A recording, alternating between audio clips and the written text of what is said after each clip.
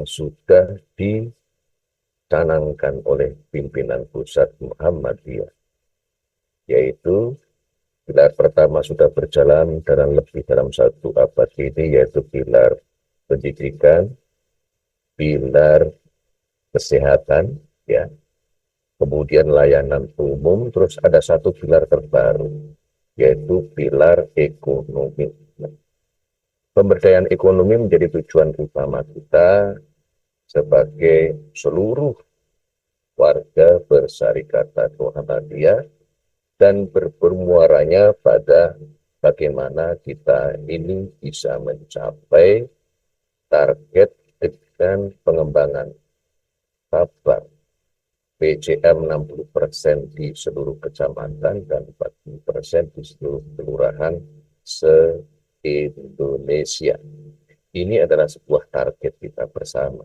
Nah, kita semua menggunakan berbagai macam cara untuk bagaimana bisa mencapai target tersebut, agar syiar dan dakwah Muhammadiyah semakin membumi di seluruh pelosok negeri ini. Nah, Bapak Ibu sekalian, salah satu strategi pendekatan yang harus kita lakukan adalah pemberdayaan ekonomi dan revitalisasi masjid. Nah, untuk itu pada kali ini kita ngobrol ya, sambil kita berdiskusi. Ada sebuah peluang yang insya Allah itu ini bisa menjadi sangat bermanfaat buat kita, tetapi tidak mungkin dikerjakan oleh seorang baskoro seorang diri, ya. Jadi ini harus melakukan kolaborasi dan membangun sinergitas dari semua lembaga dan majelis yang terkait agar bisa mewujudkan itu. Mohon izin untuk saya bisa share screen ya, Dok Lari. Silakan, Dok. Sudah saya jadikan co-host.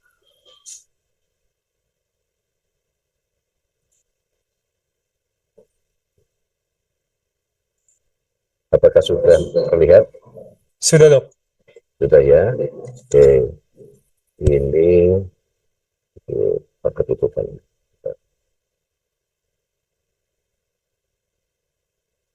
Iya, ini.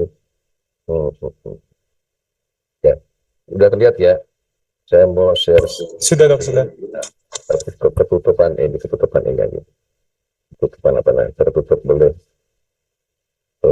ini. Harus ketutup oleh tulisan. Ada, oke. Ya, kita boleh. Ya. Tapi Bapak Ibu sekalian, ada hal yang membuat kita itu agak berpikir beberapa step. Karena apa? Karena situasi saat dicanakan itu tidak lama kemudian kan masuk pada kondisi di mana Indonesia dan seluruh dunia ini di tengah ancaman pandemi dan krisis ekonomi global. Dan ini menjadi berpikir keras dalam beberapa bulan, beberapa tahun ini. Mana sih apa yang harus kita kerjakan? Alhamdulillah, Allah Maha Baik. Kemudian memberikan gambaran berdiskusi. Nah, ini kemudian saya sebut sebagai merajut semangat untuk mewujudkan mimpi. Kenapa merajut semangat? Ketika saya berpikir pemberdayaan ekonomi itu, telinga saya mendengar apa? Mendengar ada satu orang ketika dalam satu meeting itu menyampaikan usulan, Pak, Bu, saya ini guru honorer di Anu. Saya itu gajinya cuma sekian. Bagaimana dalam keadaan kita persyarikatan sudah mempunyai kemajuan sedemikian besar, di mana agar ini bisa tersejahterakan itu satu. Tapi itu belum ada satu pun. Gimana cara? Yang berikutnya saya dengar lagi ketika saya ada satu wilayah itu, satu ke daerah tertentu, itu saya mendengar ada beberapa teman-teman yang di ranting, yang dia itu merasa kesulitan dengan bagaimana dakwahnya. Waduh, kalau kita itu repot ya. kalau kita dalam kegiatan harus urunan ya, dan sebagainya dan sebagainya.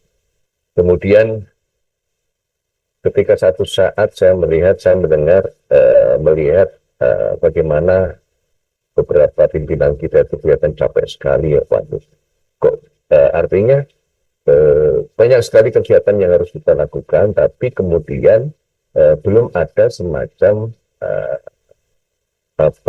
semacam kebersamaan dari atas sampai bawah. Ini kemudian dicoba, oke, top down. Ketika kita itu kemudian bikin bicara dan sebagainya, ternyata data-data yang kita, cabang ranting mana yang butuh bantuan, di cabang mana, di PDM mana yang perlu dibantu. Tapi ketika turun itu ternyata data-datanya juga belum muncul. Artinya masih susah kita mencari datanya, cabang ranting PDM. Nah, ini makanya ketika kita melihat fakta seperti ini, maka kita harus berpikir bersama bahwa ada hal yang harus kita lakukan. Pertama kali ada membuat link sinkronize antara semua lembaga, semua majelis, AUM dan sebagainya itu di dalam Badan Muhammadiyah untuk bersama-sama memikirkan satu hal, tapi dengan masing-masing tanggung jawabnya, ya. Sehingga ini semangat-semangat yang saya temukan itu kita wujudkan sebuah mimpi, karena ini di situasi yang sulit ini yang bisa saya pegang, artinya yang bisa saya andalkan sistem seperti apa yang ingin kita terapkan sebenarnya ini. Nah, saya berharap ini bisa menjadi peluang untuk menerapkan filantropi Islam dalam pemberdayaan berbasis telur ayam untuk percepatan pembangunan, peningkatan dan sebagainya. Ini sebuah harapan. Dan ini apa yang kita bangun itu tidak akan cocok dengan para pengusaha murni, para investor. Kenapa? Kalau investor itu ketika berbisnis, naruh duit dalam hitungan sekian itu, dia mengharapkan lapanya itu untuk masuk kantongnya sendiri. Tapi di filantropi Islam tidak seperti itu. Ketika ada investasi dari wakaf, dari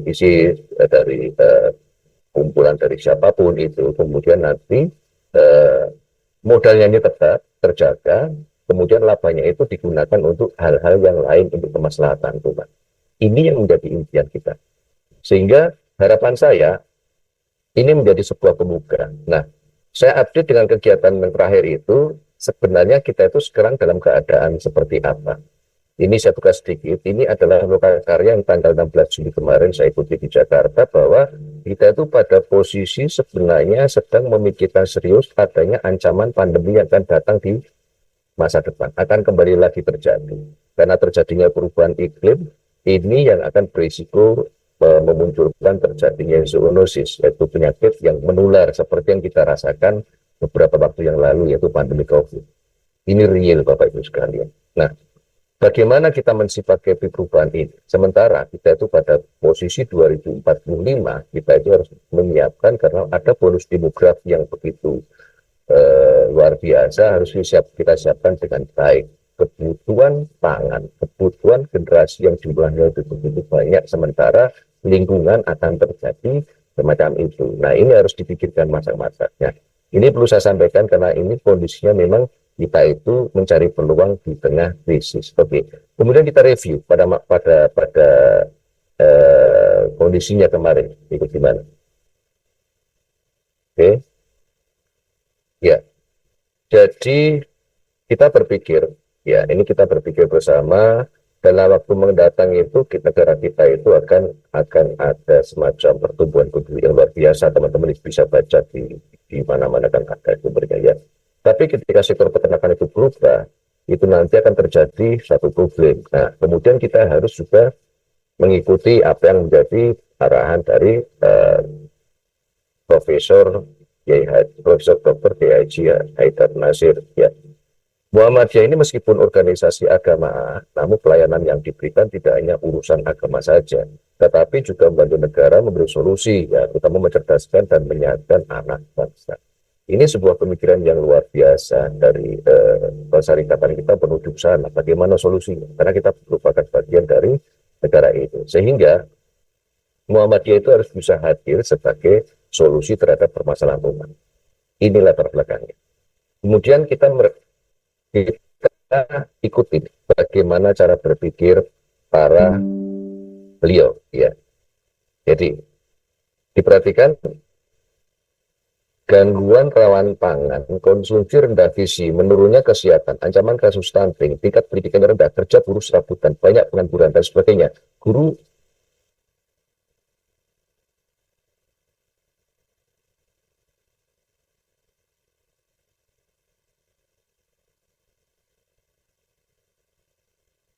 solusinya bagaimana?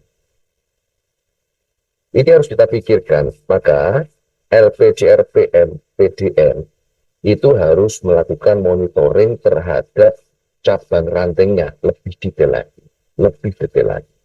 Sehingga kita punya bayangan target kita itu, target dakwah kita itu siapa saja, seperti apa kondisinya, apa yang kita lakukan harus bisa menjadi solusi terhadap permasalahan yang kita hadapi. Oke. Membangun kolaborasi dan sinergitas harus dilakukan oleh seluruh bagian komponen atau bagian yang ada di Muhammadiyah, memakmurkan masjid untuk membangun peradaban, ya, sehingga bisa melibatkan anak muda di situ. Bagaimana caranya? Dan filantropi Islam ini menjadi sebuah keniscayaan yang akan kita lakukan. Yang ini saya tawarkan pada malam hari ini. Sehingga apa yang kita lakukan nanti, labanya, hasil usahanya adalah merupakan solusi terhadap permasalahan yang di sini. Jadi ini pasti tidak akan disepakati kalau hanya oleh investor yang ingin dagang atau ingin memperkaya keluarganya atau kelompoknya sendiri, pasti. Karena apa? Karena laba usaha nanti akan kita arahkan untuk menyelesaikan masalah-masalah yang ada di sini. Ini yang membedakan dari bisnis-bisnis yang ada pada umumnya. Karena apa? Karena sudah digariskan bahwa Muhammadiyah itu adalah posisinya bukan sekedar dagang, tapi harus bisa membebaskan, memberdayakan, dan memajukan kaum lemah. Kemudian apa yang kita lakukan ini harus bisa dipertanggungjawabkan. Biar ekonomi seperti yang disampaikan Profesor Nasir adalah harus bisa dilakukan secara masif, terstruktur, dan sistematis. Artinya kita mengikuti aturan main yang ada di persyarikatan, bukan sakar PDW, membuat pembukuan yang ada aturannya, membuat laporannya ada aturannya, bagaimana tentang profit share saham ya ada aturannya. Ini harus kita ikuti saja. Kemudian ibadah menjadi sempurna, ini semua harus menggunakan semacam teknologi agar bisa terkoneksi secara sentral dan fokus pada ranting dan cabang, bagaimana ini harus bisa berkembang dan solusinya harus bisa kita berikan pada mereka. Nah, kemudian garis besarnya adalah pemberdayaan ekonomi dan revitalisasi masjid. Kalau kita bicara pemberdayaan ekonomi, kita lihat, kita ingat beberapa waktu yang lalu, ya, saat kita belajar hikmah dari kejadian tragedi pandemi COVID. Karena kalau kita itu membuat satu program pemberdayaan ekonomi, kita harus berpikiran jangka panjang. Tidak cukup 5 tahun, 10 tahun, mungkin sampai 20 tahun. Kalau terjadi lagi pandemi, bagaimana ceritanya? Maka bisnis apa yang bisa kita lakukan? Apa yang kita pilih? Jadi tidak sembarangan untuk menetapkan satu langkah menentukan bisnis apa. Oke, properti saat pandemi COVID hancur. Pariwisata termasuk horeca, hotel, restoran, dan catering juga nggak jalan sama sekali. Transportasi sepi. Otomotif apalagi sama, lesu. Konveksi banyak yang di-PHK. Ini faktanya. Tapi untuk pangan masih berjalan. Nah, untuk pangan saya fokus pada bidang yang saya paham. Yang pertama adalah broiler. Dan hancur sampai sekarang juga masih belum. Nah, bisnisnya ya jangankan yang 100.000. Teman-teman saya yang 1 juta ekor, 2 juta ekor, yang 5 juta ekor, yang 15 juta ekor, populasinya sudah runtuh. Hutangnya sudah ratusan miliar. Jadi, karena saya tahu, maka saya tidak akan mengajak Muhammadiyah untuk masuk di sini. Tidak boleh. Nah, karena saya tahu, maka jangan di sini. Tapi kita di sini, Bapak Ibu sekalian. Sampai dengan hari ini, telur itu sangat bagus pasar. Ini bedanya dengan bisnis yang lain. Kemudian pada waktu terjadi pandemi COVID, justru telur ini naik harganya. Permintaannya sangat tinggi karena dengan mengkonsumsi telur akan bisa menyelesaikan masalah-masalah, meningkatkan daya kebal tubuh. Kemudian kalau sekarang ini telur juga akan ke depan itu, sampai ke depan itu diandalkan untuk menyelesaikan stunting. Nah ini teman-teman, Dok Fahri dan teman-teman yang di rumah sakit ini harus mulai merambah ke sana, bahwa posisi dari telur ini adalah sudah sedemikian sangat strategis dan sangat dibutuhkan di masyarakat untuk kesehatan dan untuk kebutuhan untuk mencukupi gizi sehingga untuk mencegah stunting. Ini peluangnya di situ. Nah, ini menjadi sesuatu yang menarik. Nah, pengalaman dari di tragedi COVID ini kemudian menginspirasi buat saya. Kemudian saya sampaikan pada pusat ngobrol. Nah, kita coba sounding ke teman-teman gitu kan, karena ibaratnya sebagai seorang pelukis ya, saya tuh misalkan sudah terbiasa melukis, cuman saya tetap membutuhkan kanvas, saya tetap membutuhkan kuas, saya tetap membutuhkan cat, artinya saya tetap membutuhkan media untuk bisa mengaktualisasi apa yang menjadi karya dalam pikiran saya. Ya, saya butuh PJM, saya butuh tim, saya butuh teman-teman untuk bekerja bareng untuk bisa model itu, kira-kira seperti itu. Nah, kemudian kenapa memilih telur ayam? Kalau ini kita analisa sebuah sederhana untuk Muhammadiyah, kalau SDM-nya itu kita sudah bagus ya, modalnya kuat, jaringannya luas, internal market ada. Weakness-nya, kelemahannya harga telur itu fluktuatif naik turun, kemudian penyusutan tinggi, jadi dia itu dibiarkan aja bisa beratnya turun. Telur mudah pecah, tidak tahan lama, tata niaga belum rapi. Ini bisa kita bereskan, intinya itu. Kemudian opportunity-nya, peluangnya, kebutuhan pokok, harga terjangkau, putaran uang harian amati perbedaan dengan perputaran yang lainnya. Kalau di telur ini harian, tiap hari muter. Orang yang belanja telur hari Senin, hari Rabu juga bisa belanja lagi, ya. Hari Jumat bisa belanja lagi, begitu seterusnya. Jangkauannya sangat luas, apalagi pada masyarakat marginal. Ini tujuan kita kan ke sana. Pada masyarakat akar rumput, ternyata telur ini sangat menjadi andalan, sehingga ini menjadi jalan kita untuk bisa masuk ke dakwah di akar rumput. Nah, kemudian ancamannya itu resiko wabah penyakit, ya insya Allah itu sudah pekerjaan saya sehari-hari, tadi bisa kita implementasikan agar semuanya itu beres. Ancaman predator itu dari sisi dan sebagainya, ini terbaca lah masalahnya. Sehingga ketika kita itu memiliki satu usaha itu, sehingga insya Allah itu harapannya itu bisa sekaligus untuk pemberdayaan ekonomi. Kenapa? Apa yang disebut pemberdayaan ekonomi ini bukan sekedar jualan atau pelihara ayam, bukan. Jadi pemberdayaan ekonomi itu adalah kita memberikan sebuah peluang pemberdayaan pada seseorang yang kita anggap itu dia membutuhkan. Dengan dia modal cuma 15 kilo per peti cukup terjangkau, dia bisa muter setiap hari kan. Ya kira-kira seperti itu. Sehingga dari tidak mampu menjadi nanti mampu, jadi tidak bisa bayar zakat, suatu saat dia bisa bayar zakat, ya seperti itu kira-kira.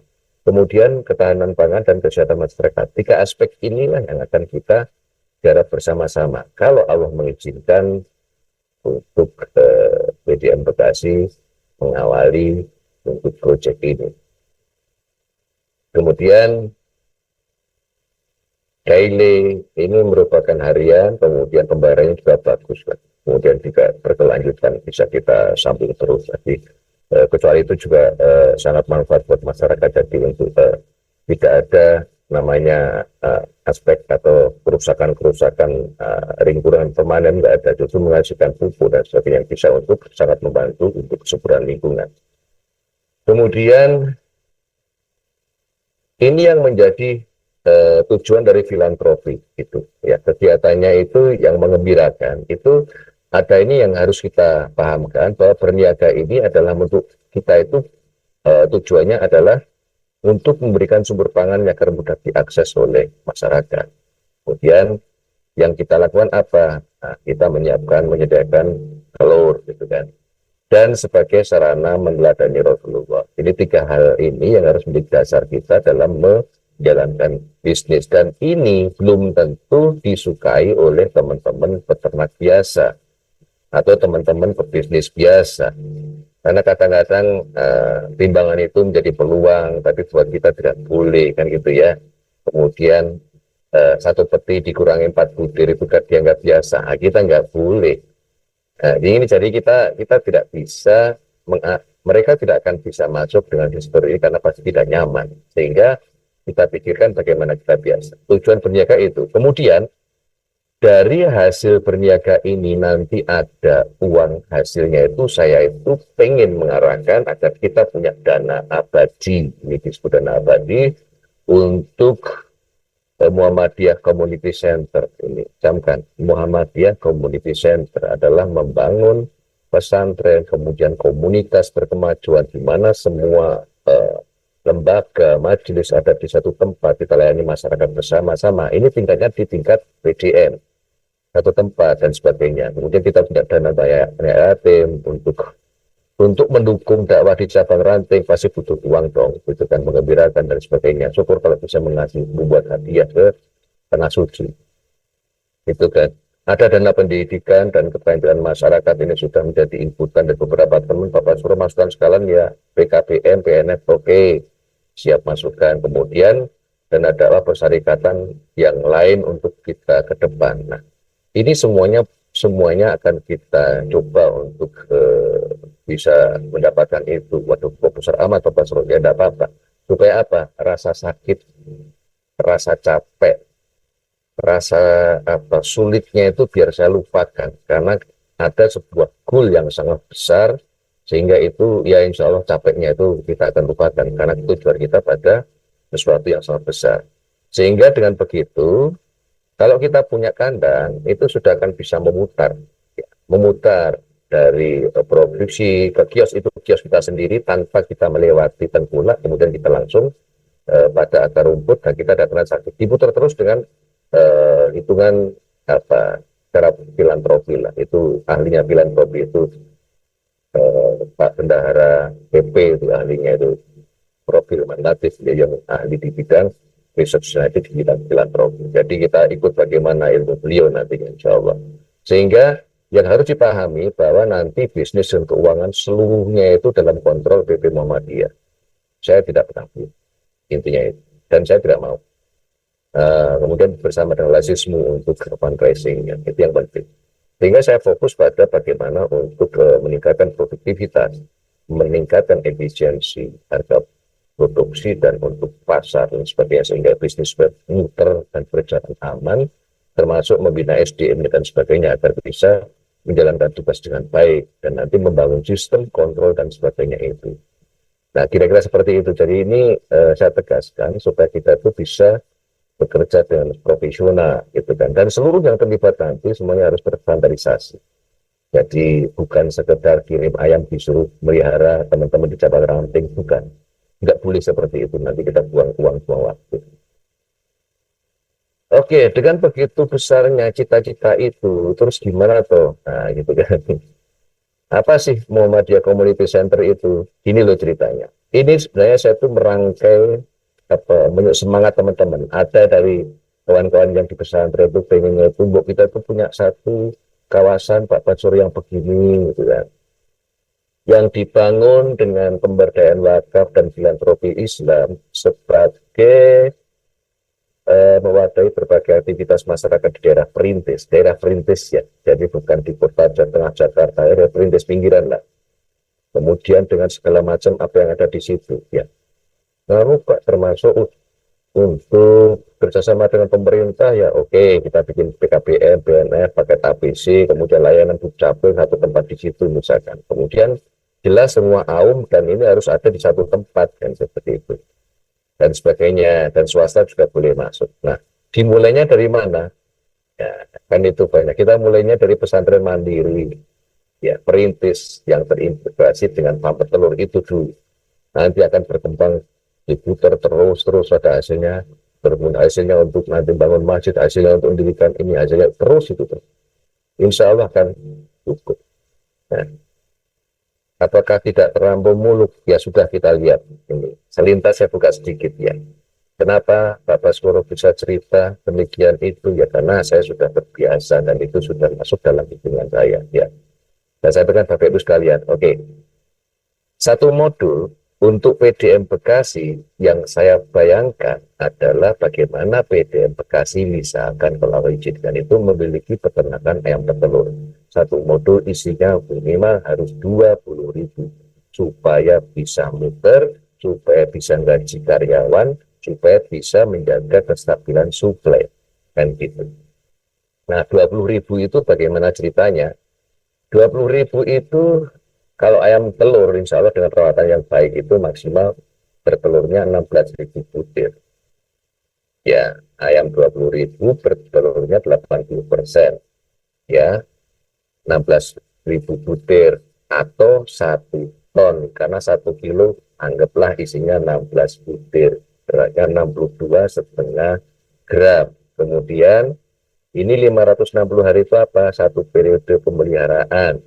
Kemudian ini periodenya 4, kenapa 4? Karena saya ngitung dengan kandang itu sampai jebol saya anggap itu 4 kali pemeliharaan. Jadi pemasukannya itu dalam satu range itu adalah sekitar 59.360 juta. Ini selama 560 hari kali 4. 1.680 hari kurang lebih. Ya, 560 hari kali 4. Ini hasilnya adalah segini. Kemudian ayam akhir ini kira lebih hasilnya segini. Ini ada pemasukan sekitar 62 miliar dari ayam 20.000. Nah, dengan 20.000 ini, dengan hitungan seperti itu, anak ada detailnya. Nanti next kalau memang ada minat kita ngomong lebih detail, karena ini juga uangnya juga tidak sedikit, tapi hasilnya juga insya Allah baik. Kemudian ini supaya tahu hitungan singkatnya, jadi beban usaha operasional itu semuanya sekitar 46 miliar. Ya, jadi masih ada 16.296.600. Nah, modalnya kita butuh 7,5 M. 7,5 M ini, maka dikurang dari ini masih ada 8,7. 8,7 inilah yang kemudian kita atur untuk manfaatnya. Karena apa? Di modal beda cara itu wilayah daerah cabang ranting misalnya, minimum Muhammadiyah Center kira-kira. Kemudian pengembangan bla bla bla bla kira-kira seperti ini. Jadi satu unit farm pada PDM itu akan punya peluang seperti ini. Ya, ini dengan harga 26.500 ya. Ya, laba usaha di sini, kemudian ini tuh kalau kita itu serius, kemudian kita itu jangan pernah lepas dari 4 hal ini, yaitu Al-Imran 104, Al-Imran 110, Al-Ma'un, dan Al-Asr. Sudah ini saja yang kita pegang untuk menjalankan bisnis kita. Insya Allah itu akan menjadi peluang yang baik buat kita semuanya, kan gitu ya. Karena disitulah bukti bahwa dalam 100 tahun lebih ini Muhammadiyah menjadi sangat besar ya karena 4 hal tersebut. Sehingga kalau nanti kita hitung seluruh Indonesia itu ada 540 PDM, maka hasilnya akan insya Allah akan cukuplah. Kita di 2045 ini mengikapi untuk menghadapi menyongsong untuk Indonesia emas. Jadi setiap PDM nanti sudah terwujud. Ini kalau semua teman-teman itu punya semangat yang sama. Nah, kemudian dari hasil ayam ini dijual kemana? Dijual langsung, tidak melalui perantara, yaitu pada PCM yang masih sulung. Nah, itu.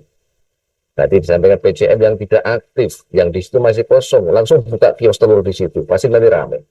Begitu ramai nanti semua pengunjungnya itu kemudian dihimpun lama-lama jadi pasti lebih daripada 100 orang. Jadi bisa jadi untuk kita bikin menjadi ranting misalnya.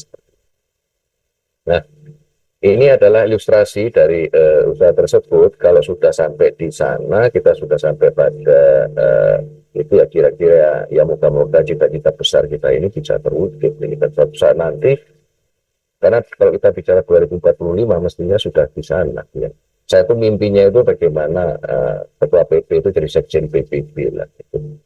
Jadi bisa punya peran yang lebih Ibadah saya ini bisanya yang ngurus ayam bisa dengan cara seperti ini, semoga bisa mensupport menghasilkan sesuatu dengan bekerja bersama seluruh teman-teman yang berminat dan mendukung itu agar bisa mewujudkan cita-cita besar ini. Sehingga nanti dari yang semula kita bangun kandang, itu lama-lama akan menjadi sebuah komunitas. Komunitas itu yang dari semula itu hanya kandang, kemudian ada pesantren perintis, ada uang, hasilnya dibikinkan masjid, di depannya kios, dibikin toko, dan terus berkembang. Impian kita juga kita bisa membeli tanah lapang di situ, sehingga nanti menjadi sebuah lingkungan komunitas di setiap PDM yang kita sebut dengan Muhammadiyah Community Center di Indonesia. Terima kasih untuk sementara itu. Assalamualaikum warahmatullahi wabarakatuh. Waalaikumsalam warahmatullahi wabarakatuh. Masya Allah, luar biasa Dr. Baskoro atas materi yang disampaikan. Sekali lagi kita berikan reaction berupa plus buat Dr. Baskoro. Baik, Alhamdulillah Rabbil Alamin. Kita akan lebih banyak karena kita masih punya waktu sampai setengah 10. Dr. Baskoro memberikan waktu kita diskusi selama 1 jam lagi nih, Masya Allah ya. Ya, Jadi banyak waktu diskusi ya dokter ya. Pertama mungkin saya ingin mengucapkan selamat datang kepada Bu Rini Sujianti. Selamat datang Ibu Rini, mungkin bisa menyapa kami semua selaku tamu yang diundang oleh Ketua PDM Ya, kita. selamat malam. Selamat malam. ya, Ya, selamat kenal. Mohon maaf lupa tadi. ya. Selamat Assalamualaikum kenal Iya. Ibu. ini, ya. Iya, Assalamualaikum. Assalamualaikum warahmatullahi wabarakatuh. Waalaikumsalam Iya. warahmatullahi. Ya, ini Bu Rini mungkin Iya. saya mendapat bocoran sedikit dari Pak Zarul bahwa Bu Rini ini Iya. adalah seorang pengusaha sukses di salah Waduh. satunya di dunia ayam ya Bu ya. Nah, mungkin Bu Rini sebelum kita diskusi lebih lanjut bisa sharing Bu atas apa namanya susah senangnya nih Bu tentang Iya. bisnis ini Bu. Oke, Silahkan Bu. Iya. silakan Bu. Ya, ya. Ya, selamat malam. Bismillahirrahmanirrahim. Assalamualaikum warahmatullahi wabarakatuh. Waalaikumsalam warahmatullahi Waalaikumsalam warahmatullahi wabarakatuh. wabarakatuh. Ya, insya Allah ini bapak-bapak atau ada ibunya nggih, apa saya sendiri ini ya. Mudah-mudahan insya Allah semuanya mendapat rahmat Allah SWT. Amin. Alhamdulillah. Ya, Alhamdulillah mungkin pada kesempatan ini mungkin nih, Mas Jarul ada ini juga. Mas Jarul ada. Ya, Ada Bu, Ya, ada Bu. ada ya. Ya mungkin senang dukanya ya kalau lagi untung senang ya. itu Ibu, maaf Bu, bisa nanya Iya. ini peternak broiler Oh iya, saya kebetulan ada ayam potong ya. ayam potong broiler G. Ayam potong ya, Ini kebetulan alhamdulillah. Itu biar kan mungkin sambil saya bantu. ya, iya ayam Ini potong. sistemnya mandiri atau ikut kemitraan? Ya, saya bermitra dengan Pokpan ya. Oh, Ibu jadi Ibu Iya, itu merupakan peternak mitranya calon iya, kuat ya. mitranya Pokpan. Oh, iya, Kemudian jadi, karena saya memang core bisnisnya nggak di situ, saya rumah sakit, oh, iya, ada iya, lahan luas, kemudian iya, iya, iya. iseng-iseng, alhamdulillah. Oke. Alhamdulillah, memang Iya, yang pertama mungkin ya memang kita super ketat juga ya, karena kita iya. bermitra, kemudian DOC semua sudah diatur pakan, sehingga kami harus mengefisienkan ya, mengefisienkan terutama bagaimana operasional kandang, Iya. sekam dan lain sebagainya itu bisa kita minimalisir, Oke, iya. kematian bisa kita minimalkan, kemudian juga bagaimana kita mengatur panen untuk Oke. tidak terjadi besarnya ayam makan banyak, tapi Iya. timbangannya tinggi, harganya turun sehingga Iya. akan terjadi kerugian. Nah, itu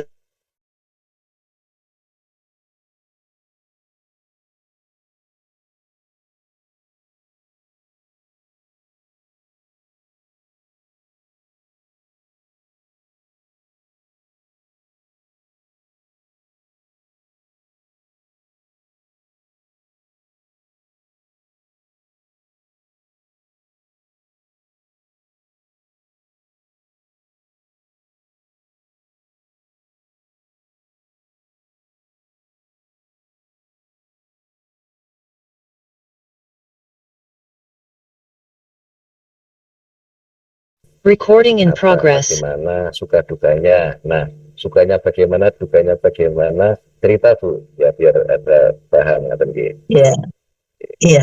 Sukanya ya kalau kita lebihnya banyak, dapat untung banyak. Dukanya tiba-tiba, wah kok apa namanya break even-nya pas-pasan. Ataupun bukan terjadi minimal sekali ya untuk keuntungan itu mungkin aduh gimana apa yang kita lakukan gitu ya, karena memang kita tidak dari nol. Beda kalau kita memang dari mulai pembibitan dan sebagainya, berarti kita akan apa namanya ya paling tidak kita bisa mengatur awal pemasarannya, bisa kita pasarkan sendiri. Ini kebetulan semua pemasaran sudah diatur. Nah, kalau terjadi keterlambatan mereka mengambil, kami yang kalang kabut. Nah, karena ayam keburu besar, kemudian makanannya banyak, tapi nilai akhir dari ayam yang besar itu justru nilainya rendah kan? Karena kan paling tinggi harganya di 1,3, 1,5 bobot itu. Nah, ya. Ini biar teman-teman biar diskusi, inilah suka dukanya di teman yang di Kementerian Broiler, padahal modalnya sudah sangat besar ya Bu ya. Harus menyiapkan kandang dan sebagainya itu sampai 130.000 dan sebagainya, populasi banyak. Tapi seringkali dalam sistem seperti ini itu akan terjadi kerugian dan tidak bisa berkutik. Karena apa? Karena ya kan ada pergantungan, kemudian apalagi kalau panen terlambat ya Bu ya tadi ya. Terlambat, ayamnya makan terus, ayamnya udah terlanjur makannya banyak, nggak dipanen-panen. Dipanen karena pasar. Iya, nilai bobot yang tinggi itu justru harganya beda dengan yang masih 1,3, 1. Saya paham. Jadi harga tertinggi di 1315, harga terendah di atas 2 Jadi justru kilo. nah di situlah nah di atas 2 justru, nah kalau di atas 2 kilo udah nggak diambil, makannya banyak, kemudian timbangannya tinggi, harganya turun, ya akhirnya kan akan mengurangi pendapatan kan. Oke. Matur nuwun Bu, terima kasih. Itu jadi makasih Bu sudah menyampaikan informasinya. Terima kasih Bu Rini. Mungkin bisa ada yang lain mungkin lagi ada. Iya. Mungkin sekarang saya ulas sedikit Dok ya. Jadi silakan Bu Rini tadi menceritakan. Jadi kalau di broiler itu risknya sangat tinggi. Kemudian kalau kita itu tidak melakukan handling langsung, maka yang terjadi itu, ini barusan teman saya juga telepon kan. Dengan telepon itu dia ngikut dan akhirnya gimana? Habislah 2,5 miliar gitu kan. Ya sudah, habis. Nah, jadi disitulah kenapa pada awalnya saya langsung ngobrol pada teman-teman. Saya insya Allah dari semua unggas itu, dari ayam kampung, ayam apa, broiler, kemudian dari jantan, kemudian bebek peking dan sebagainya itu, yang sampai sekarang itu kita itu terbukti amanahnya petelur. Itu. Jadi ini menjadi sesuatu yang harus kita pahamkan. Ya, kita tidak boleh main-main dengan bisnis perunggasan ya. Kalau salah kita salah sentuh, waduh, ini nanti bisa kalang kabut kita. Karena ini jadi membedakan itu kemudian di dalam lingkungan bisnis saya sendiri itu pada waktu krisis kemarin itu yang dikasih jalan ya telur untuk dan sebagainya. Ini ulasan untuk biar teman-teman memahami. Oke, kalau gitu silakan Dok Hari, mungkin ada yang obrol lagi. Silakan. Terima kasih Dr. Baskoro dan Bu Rini Bu atas pandangannya terkait ayam boiler ya Bu ya. Susah dan senangnya, Masya Allah. Nah mungkin dari para peserta atau tamu yang hadir, baik ini dari Gunung Kidul, PDM Kabupaten Gunung Kidul, atau dari PDM Kota Bekasi atau PDA. Kebetulan Dr. Fahri, ya, ini Pak. Bu Rini aslinya orang Gunung Kidul. Jadi moga yang orang Gunung Kidul suaranya mana nih? Yang dari Gunung Kidul mungkin bisa. Saya asli Gunung Kidul nih, makanya kok ada yang Gunung Kidul. Asli depan pasar Pelayan nih. Alhamdulillah. Rumah depan pasar Pelayan nih masih ada. Silakan mungkin Bapak Ibu yang dari PDM Gunung Kidul bisa open mic. Monggo, silakan.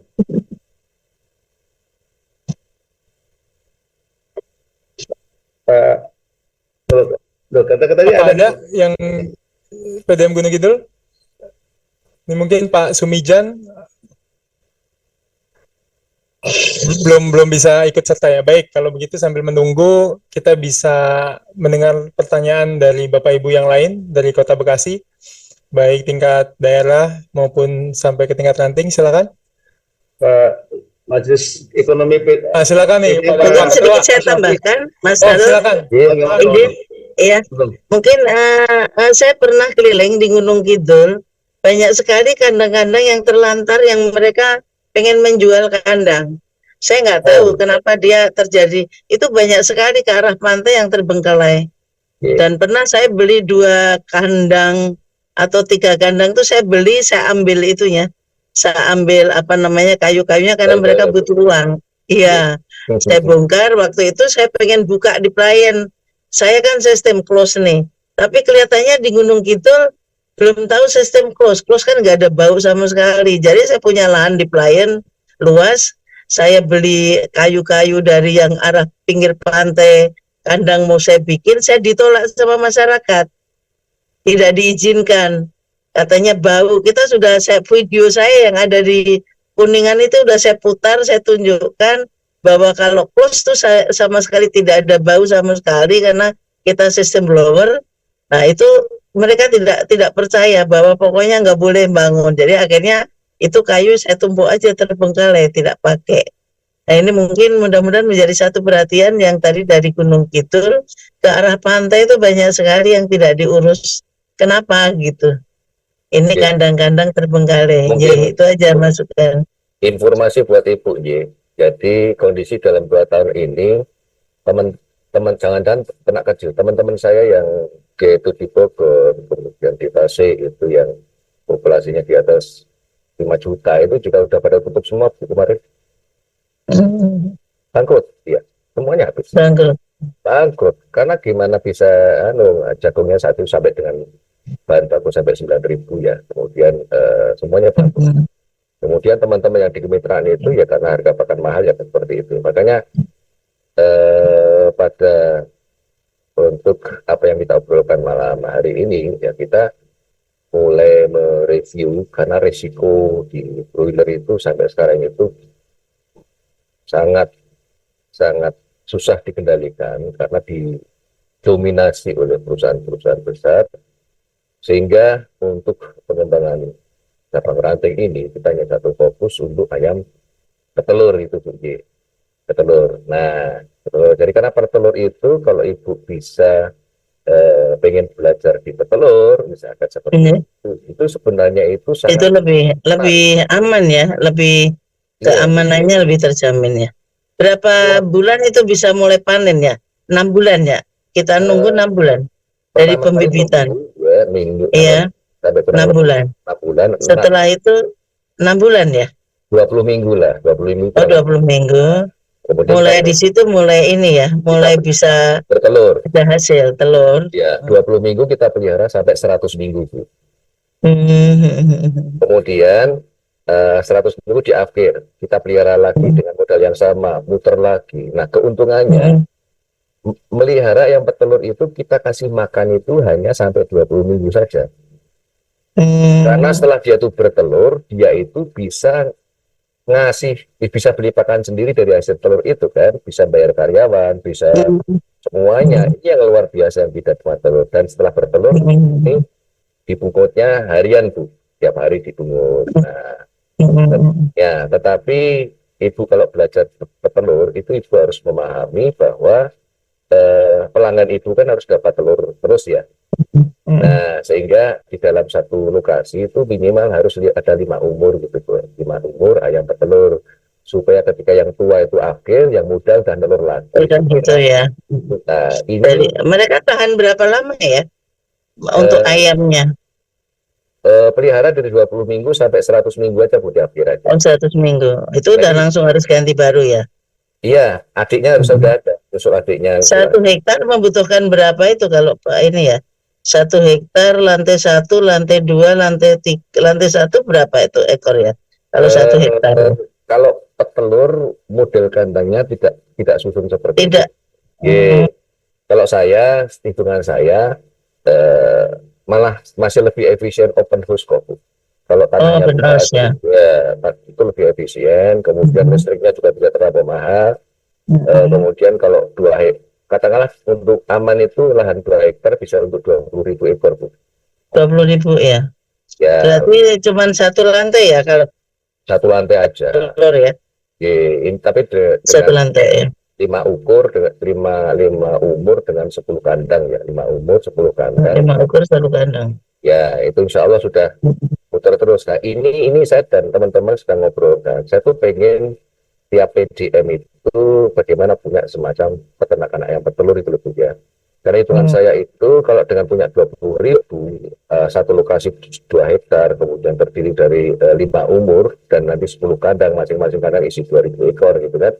Itu satu hari bisa produksi 1 ton, Bu, telurnya. 1 ton karena 20.000 menelur 80%, 16.000 butir kan, kurang lebih 1 kilo kan 16 butir ke telur ya. Itu satu ton. Nah, itu tinggal ngitung. Untungnya ya untuk 2.500 udah bagus, 10% aja lah, nggak usah banyak-banyak ya. Itu tiap hari terus gitu, tiap hari. Kemudian kandang itu kita susutkan. Kalau saya bangun kandang itu saya susutkan 4 periode, dianggap kandangnya rubuh padahal masih utuh ya. Nah, supaya modal bangun kandang udah kembali dulu, Bro. Insya Allah balik kok. 6 tahun modal kandang sudah balik, udah bisa tarik. Kemudian ya kalau untuk Muhammadiyah ini cita-citanya itu jadi dari hasil laba itu digunakan untuk filantropi, untuk bangun masjid, untuk bangun Iya. untuk apa, membantu yang miskin, biasa dan sebagainya. Kita pengennya seperti itu. Nah, karena bidang saya itu konsultan, untuk poultry konsultan, dan jadi saya pengen ilmu ini bisa bermanfaat untuk ke sana gitu loh, kira-kira gitu ya. Nah, ini sedang saya obrolkan dengan teman-teman di PDN di sini. Kemudian harapan saya itu bisa memanfaatkan tanah-tanah wakaf yang masih terbengkelai itu loh, Bu. Nah, itu kira-kira gitu. Masa kalau tanah wakaf terbengkelai itu dosanya nanti yang nanggung banyak, tuh. Kita semua kena semua. Itu harus segera diaktifkan. Itu gimana caranya? Ayo, terus nanti dengan wakaf, kalau perlu nanti untuk dananya itu bagaimana, langsung bergerak dan sebagainya. Saya pengen ini menjadi sebuah kerja bareng gitu, kerja bareng dari semua, tapi memang tidak mudah itu. Tidak mudah. Jadi banyak salah persepsi, dikiranya Bapak Suruh mau jualan telur, enggak, sama sekali tidak. Saya pengen membangun farm, membantu sebagai konsultan, membantu agar berdiri sebuah peternakan ayam di setiap PDM, pengennya gitu. Sampai umur saya nanti pulang itu udah berdiri berapa, itu kan saya bisa cerita kan gitu ya. Nah, setiap PDM bagaimana caranya bisa ada peternakan ayam petelur jumlahnya 20.000 ekor. Sehingga setiap PDM nanti punya dana abadi untuk kegiatan dakwah. Dan ini nanti mungkin teman-teman akan dengar dana abadi. Nanti kan dengar. Gitu. Kira-kira gitu, Bu Rini, cita-cita. Suara ngaten, Bu. Bagus nih, insya Allah berkah ya, berkah untuk umat masyarakat, kemudian sejahtera. Nah, ini bantu Gunung Kidul loh, Bu, nanti. Saya udah bikin masjid di depan pasar, Pak, tolong. Di depan pasar. Pak Dokpari itu ada klien, saya bikin masjid besar tuh. Iya, itu ada Ar-Rahman tuh, alhamdulillah udah dipakai Jumatan segala, rame, alhamdulillah. Kemudian banyak musola yang selalu saya bangun, baik di Kuningan, di Gunung Kidul, mana aja. Kemudian bedah rumah juga, terus saya ya alhamdulillah memang kami mencari untuk bisa alhamdulillah ini ya, bakti untuk siar agama untuk orang yang tidak mampu. Walaupun saya secara sendiri pribadi, tapi masjid saya alhamdulillah bangun udah nggak saya dihitung lagi. Alhamdulillah. Bukan di Payan, di Jogja, di Purwokerto, di Kuningan banyak yang saya wakafkan pesantren. Berarti masjid, nanti kalau alhamdulillah umpamanya itu bantu berdirinya peternakan ayam petelur di Gunung Kidul untuk bersama dengan pesantren Kersong, Ibu. Insya Allah mudah-mudahan ini nanti bisa sharing G. Insya Allah monggo mengunjungi depan Pasar Playem ada Ar-Rahman. Ar-Rahman J. Mungkin ya ada pintu Masjid Nabawinya yang baru saya pasang. Alhamdulillah. Alhamdulillah, Luar biasa. Ya. Terima kasih Bu Rini. Ya, jadi Bapak Ibu udah meninggal, tapi alhamdulillah rumahnya masih ramai untuk majelis taklim. Amin, amin. Untuk ini lingkungan. Matur nuwun, Bu. Alhamdulillah. Masih. Baik, Bapak Ibu, mungkin ada yang ingin bertanya. Silakan Pak Syafi, tadi sudah raise hand. Nah, sama Pak Pak Ketua Majelis Ekonomi. Waktu dan tempatnya. Ya, makasih. Kedengeran Pak? Jelas. Pak, jelas. Salam hormat Pak Dr. Baskoro dan Ibu Rini. Saya kebetulan ada di Majelis Ekonomi. Saya tertarik dengan penyampaian tadi dari Pak Dokter dan juga Bu Rini.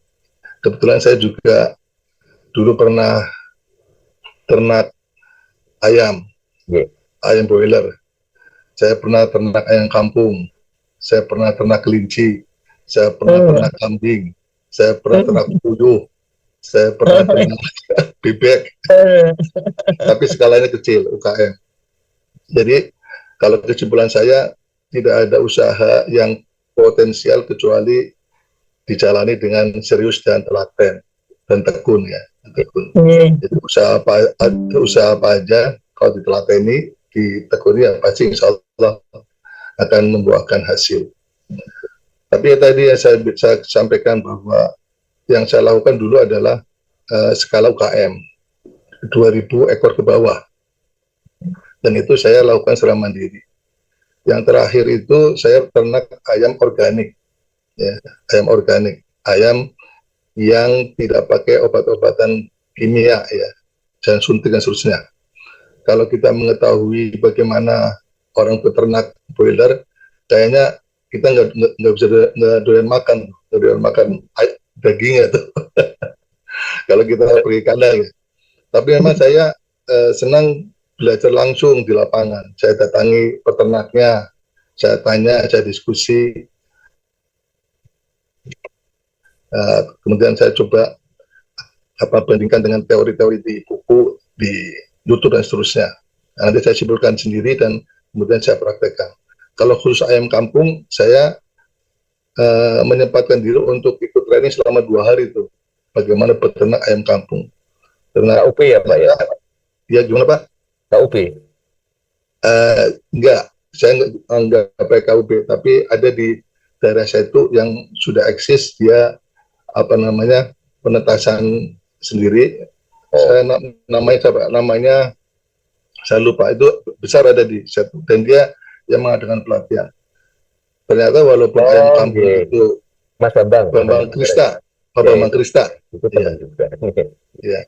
Ternyata walaupun ayam kampung ini punya ketahanan yang cukup kuat dibandingkan dengan ayam broiler, tapi juga ada tekniknya juga ya, ada teknik peternak yang harus diperhatikan.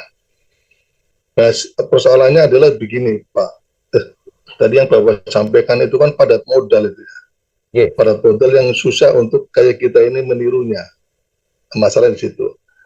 Nah, saya tadi kepengen dapat pencerahan bagaimana kalau kita beternak tapi tidak padat modal. Kalau ayam telur dari katakanlah kita memelihara sampai 7 bulan, kita tidak akan bisa dapat pemasukan tuh ya. Kita akan mengeluarkan terus kan.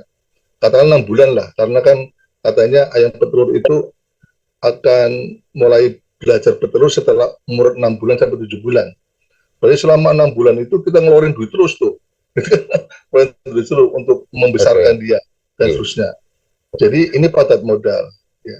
Dan ya mungkin hanya bisa dilakukan oleh mereka-mereka yang punya modal besar.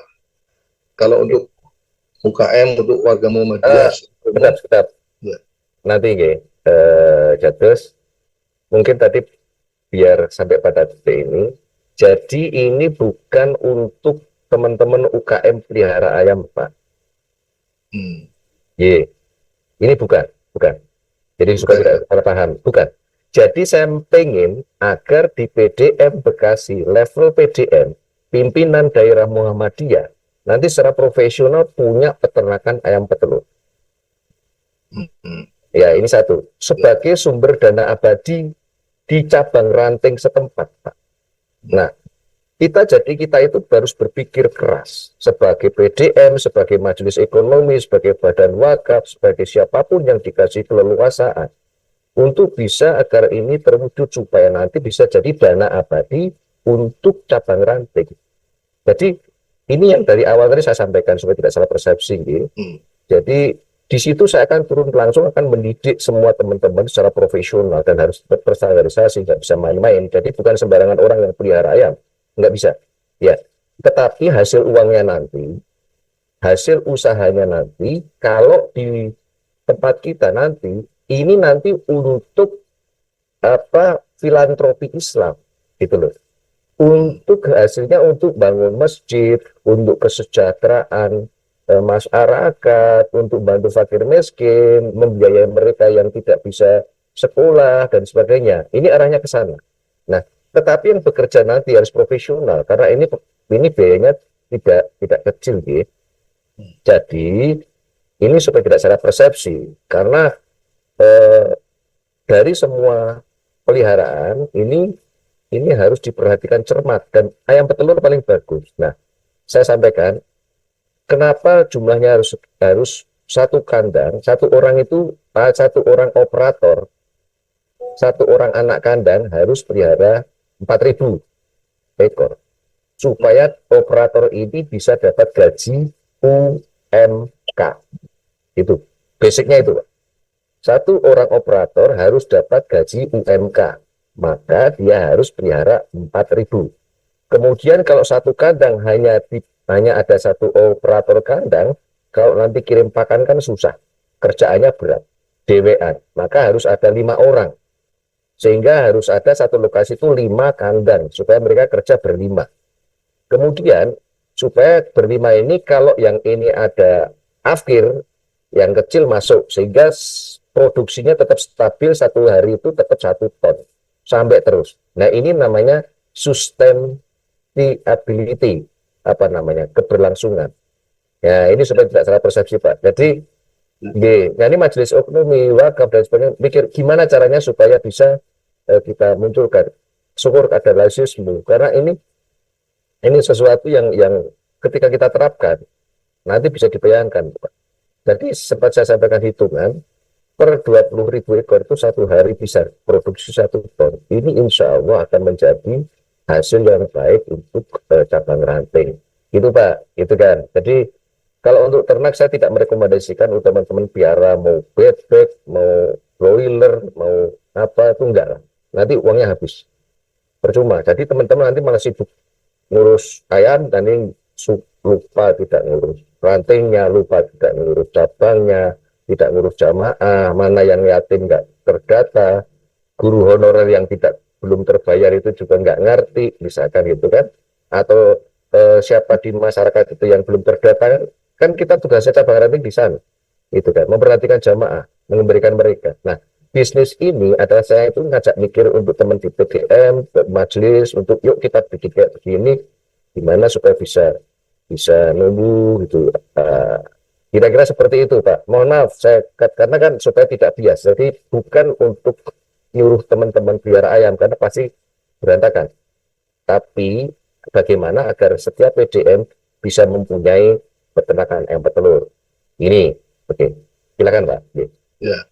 Ya tadi saya kebawa dengan fokus kita yang sedang mencoba untuk memberdayakan ekonomi warga Muhammadiyah. Jadi kalau ini kan berarti tidak kebawa, pemberdayaan ekonomi warga Muhammadiyah tidak kebawa kalau di program ini. Karena ini kan skalanya besar kan. Kalau kebawa kan jumlahnya sedikit. Karena berapa orang yang bisa direkrut gitu. Sebentar, Pak. Biar seru ya. Atau gini, Pak. Ya, kalau misalkan begitu, mungkin coba disampaikan formulasi yang paling kecil. Berapa agar bisa ini berjalan dan butuh berapa modal. Karena saya jangan-jangan begini, ketika misalnya itu sudah dalam hitungan miliar, nanti berpikir lain PDM, mendingan buat bangun SMP, kemudian buat bangun SMA gitu ya. Nggak apa-apa, Pak. Gitu ya. Ini Pak, gini Pak, biar biar biar bisa nangkep pesannya gini. Jadi kalau kita bicara tadi daerah perintis ya Pak ya, daerah perintis. Oke. Pada daerah perintis itu, kalau Bapak buka sekolah, saya nanya Pak, yang mau sekolah siapa satu? Apakah muridnya tuh banyak? Apakah bayar? Terus nanti gurunya yang bayar siapa? Kan itu Pak ya. Apakah itu cukup 6 bulan? Nah, ini satu. Ketika saya sampaikan itu, ketika di daerah perintis, itu kita ada dua, yaitu peternakan ayam petelur dan pondok pesantren perintis. Tadi mungkin tidak ketangkep ya. Di mana ini saya padukan, sehingga bikin uang dulu Pak. Bikin uang dulu. Seiring berjalannya waktu, kan yang penting makannya itu bisa tercapai gitu kan. Hari-harinya bisa terpenuhi gitu kan. Nah kemudian ada uang lagi untuk bangun pesantrennya atau bangun sekolahnya gitu. Jadi itu yang harus kerjakan di awal. Jadi bukan jadi kan sekarang itu kan kita di pemberdayaan ekonomi untuk episodenya. Nah Bapak lihat yang tadi disampaikan yang maju, tapi Bapak nggak melihat ada beberapa sekolah dan mungkin banyak sekolah Muhammadiyah yang tutup. Salah satunya di Belitung, yang ada cerita apa itu populer banget itu, yang Laskar Pelangi loh, Laskar Pelangi. Sekolahnya tutup loh Pak. Nah, jadi di sisi lain ada yang dibangun, ada yang tutup, itu juga ada. Nah kita pikirkan gimana ini tuh ketika kita kalau kita tuh ngomong Jakarta dan Bekasi, Jabodetabek ya gampang lah, karena di kota gitu kan. Tapi kita mikirkan secara general. Kemudian ini kalau kita ada pondok pesantren dan ada farm petelur, berarti ada uang yang segera dihasilkan. Berarti gajinya ustadznya dibayar dari situ.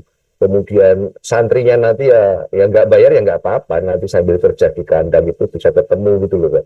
Nanti sampai dengan punya produktif, sampai jadi mandiri, akhirnya nanti akan terbentuk Muhammadiyah Community Center gitu. Ini yang saya gambarkan, kira-kira gitu. Ya mungkin ya kita nggak cukup ngobrol sekali Pak, masih kita harus berulang-ulang, harus ngobrol untuk supaya bisa nangkep apa yang jadi pikiran saya. Itu Pak saya Indi. Berarti harus ada sesi selanjutnya ya Dokter Baskoro ya? Ya nggak cukup Pak, ini urusan bukan urusan gampang Pak ini. Ya hari-hari ini Masya Allah. Baik, Pak Syafi, ada tanggapan lagi Pak? Pak Ketua Majelis Ekonomi? Iya. Saya tadi berpikir bagaimana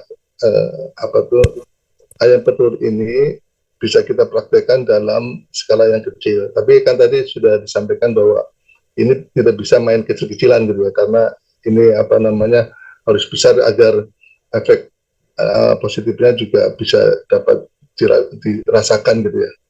Yeah. Itu mungkin problemnya. Jadi saya bilang sih ini memang padat modal gitu ya, padat modal dan butuh biaya besar. Dan kalau dikatakan bahwa ini adalah milik Muhammadiyah nanti misalkan, maka itu harus 51% sahamnya dari Muhammadiyah, bukan dari perorangan. Ya, jadi kadang ada yang usaha besar, usaha maju, dan itu diklaim sebagai milik Muhammadiyah, padahal itu bukan milik Muhammadiyah, itu milik orang Muhammadiyah. Ya. Oke. Karena kalau pengen dibilang milik Muhammadiyah itu, kepemilikan sahamnya atau modal itu harus 51% milik Muhammadiyah. Nah ini yang mungkin butuh waktu dan butuh diskusi panjang ya. Ya mohon maaf. Ini menarik Pak. Jadi menarik ini. Jadi kan Muhammadiyah itu kan aturannya memang begitu ya, harus kita ikutin aja. Jadi saya sama sekali tidak keberatan. Mau ini memang kita bikin untuk Muhammadiyah gitu kan. Saya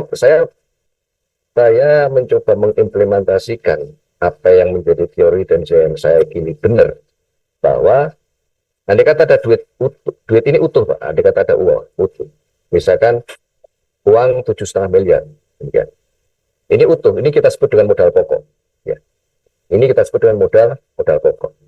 Yang 7,5 miliar ini kita gelar untuk bikin kandang, untuk gini, bidut dan sebagainya itu. Akhirnya menghasilkan laba. Ya. labanya sekian.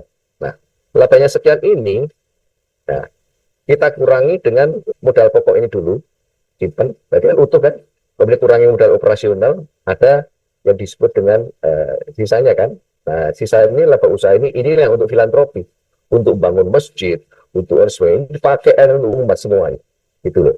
Kemudian paling ada yang harus disisihkan itu untuk pengembangan ke depan, karena jumlah ayam sudah bertambah dan sebagainya. Jadi itu tahan pokoknya, ambil manfaatnya, dan dikembangkan. Ini prinsip filantropi yang harus kita terapkan, gitu kan. Ambil pokok, tahan pokoknya, karena modalnya milik persyarikatan misalkan, ya kan.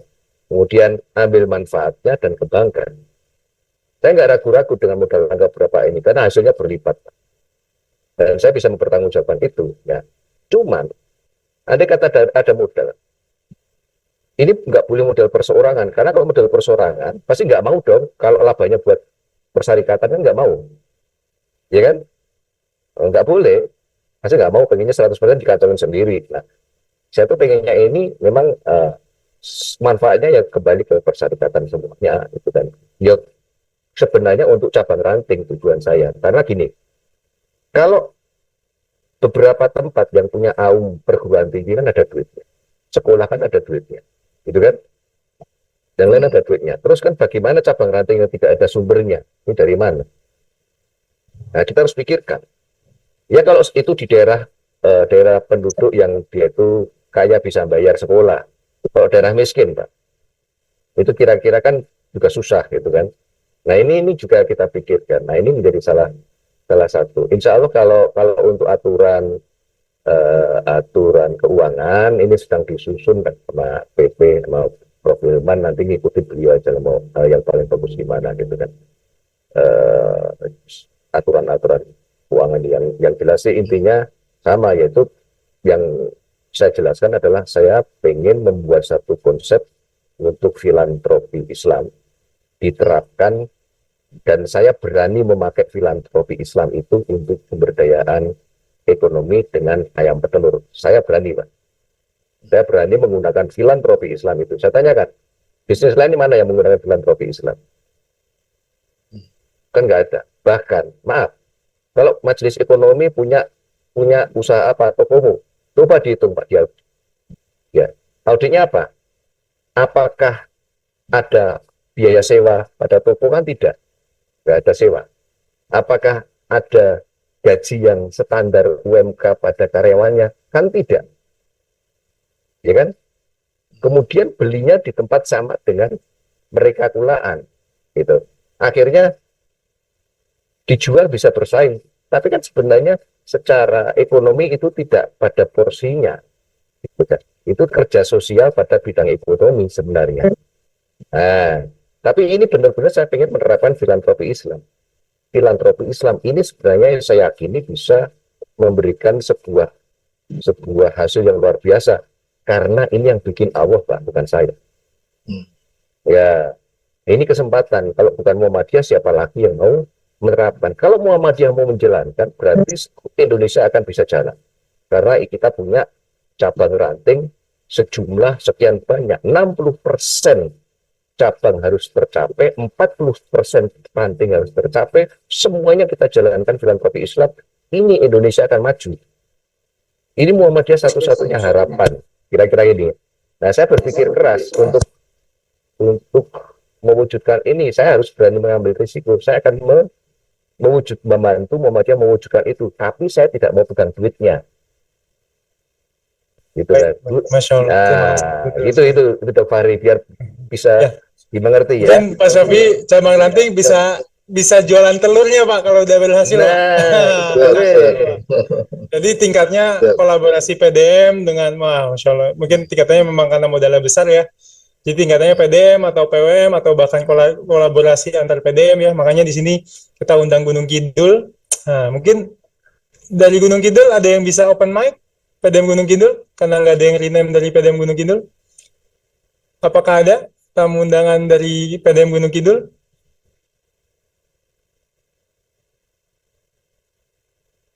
Tadi ada yang belum ada ya? itu. Siap. Siapa ada, Pak? Ada Pak, Oh ya, $11 dari ada Pak Ahmad APRS. Fauzi. Itu resen kayaknya. baik, baik. Tadi saya melihat, ya kita beralih dulu sementara ya. Dari Kasih Pak, silakan itu. Kasih ya, silakan resen tuh. tadi Pak, Oh, apa, ini dari, Pak PCM Bekasi Selatan. ya, dok. Silakan.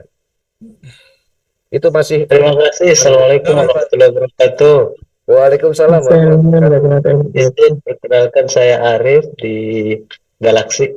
Galaxy. Sebenarnya saya saat ini masih lebih banyak aktifnya di Sumo. Ya, mau apa sharing informasi aja atau mungkin sharing pengalaman juga mungkin ya terkait dengan usaha peternakan petelur ini.